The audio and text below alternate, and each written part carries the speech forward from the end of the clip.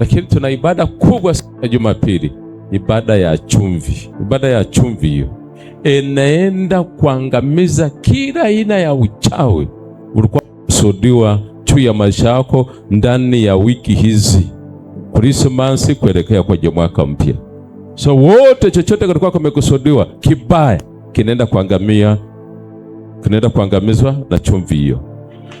So Jumapili chumvi hiyo itakuwepo mapema kabisa, na ibada yote itaenda mapema na itamalizika mapema vile vile. So jiandae kwa ajili ya chumvi hiyo. Amina. Ni chumvi hii ni Christmas season. Wengine mnaweza mkaweka kwenye nyama yenu huko. Walikuwa wamekuwekea kitu kitafia hapa hapo. Wengine mtaweka nyumbani kwenu, mtaona vitu vya ajabu, vitu vinakufa kwa namna msiotegemea. Vitu vilivyojificha hata vilivyochimbiwa miaka zaidi ya 30, 40, 50 vilichimbiwa ardhi kwako, vipo vinakusumbua kwa namna yote ile. Kupitia ile chumvi vitatoka vyenyewe.